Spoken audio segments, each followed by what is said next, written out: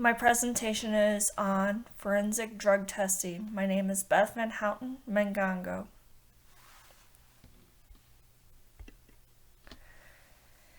The history of drug testing starts with toxicology. Toxicology has many methods in which one can determine if someone has been poisoned.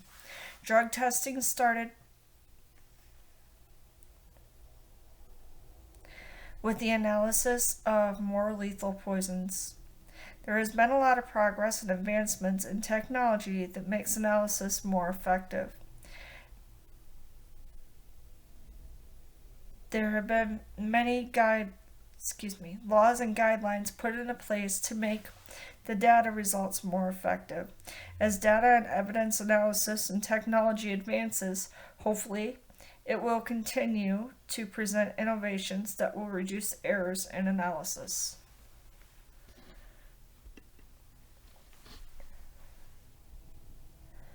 The study of toxicology originally was focused on victims of poison.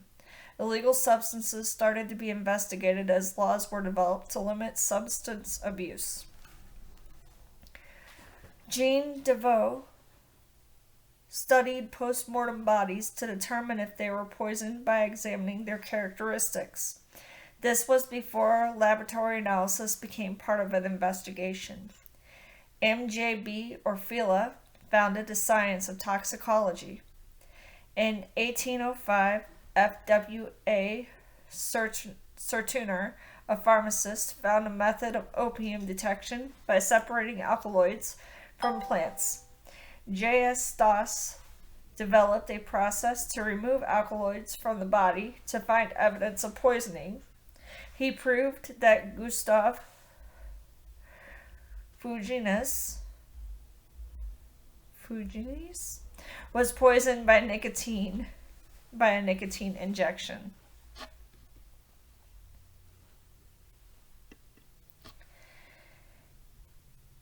In 1880s, states began enacting laws to regulate the consumption of dangerous substances.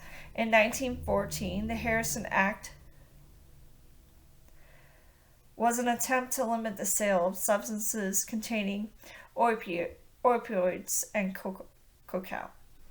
Not like cocoa, but in cocaine, as in cocaine.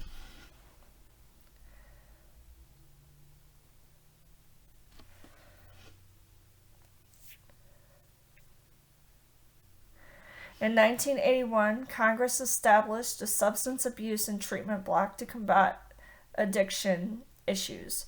In 2005, the Combat Methamphetamine Epidemic Act was enacted.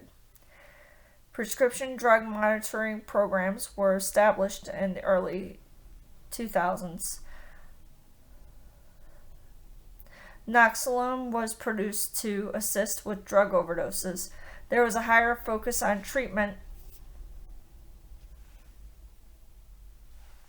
and recovery programs, and drug courts were established to focus on encouraging offenders to seek treatment for addiction instead of confinement.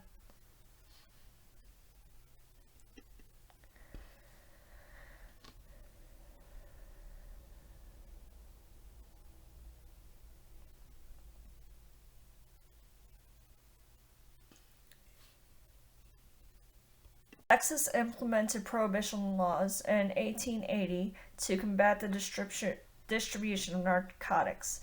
In 1929, Texas established narcotics farms to help treat substance abuse. They worked with the Select Committee on Behavioral Health to focus on using behavioral health to address addiction issues.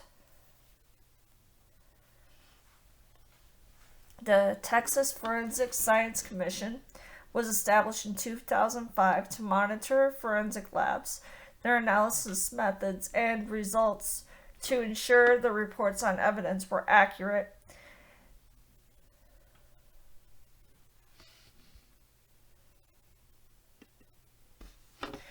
The Scientific Working Group for Analysis of Seized Drugs sets guidelines for forensic scientists for testing and identifying illegal substances. It involves running multiple tests on evidence and retesting to confirm the results for accuracy. Some of the preliminary tests include microscopic analysis, microcrystalline tests, ultraviolet spectroscopy, and gas chromatography. Confirmatory tests include gas and liquid spectrometry, capillary electrophoresis, and wet chemistry. The guidelines also help prevent the contamination of collected evidence. Once the presence of drugs in samples are verified, the DEA might be able to track the drugs to the source.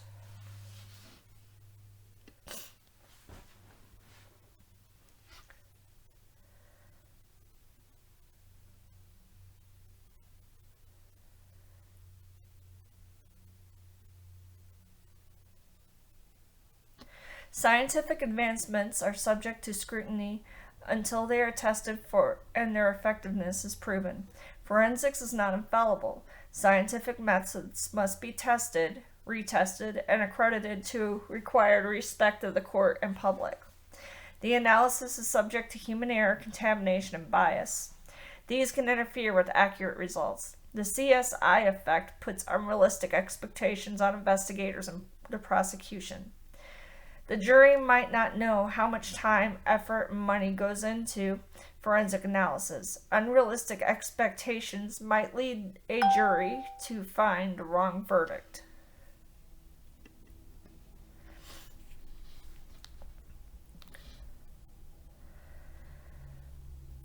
In the courtroom, when evidence is presented, it might still leave room for doubt with the jury. Expert witnesses might interpret the evidence in different ways. Their opinion will strengthen or weaken the value of the evidence presented. The jury will listen to the testimony and look at evidence to decide the probability of accuracy when they decide the verdict. It is up to the prosecution to present evidence and witnesses in a manner that gives the jury no doubt of the defendant's guilt.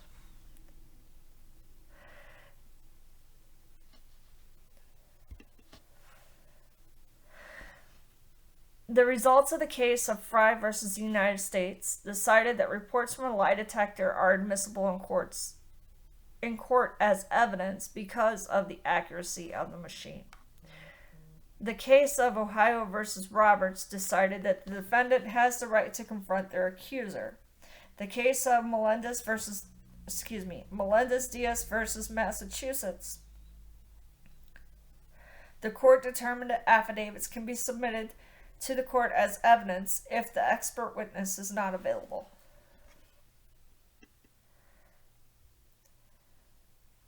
As data and evidence analysis and technology advanced, it is hoped that they will continue to yield innovations that reduce analysis errors. There has been a lot of progress in toxicology and drug analysis. There continue to be improvements as methods of analysis are monitored for accuracy, and tools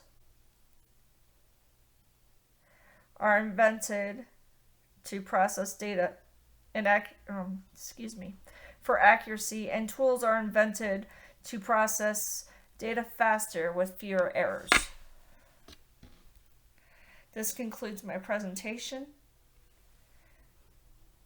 And these are my references. I have 2 pages.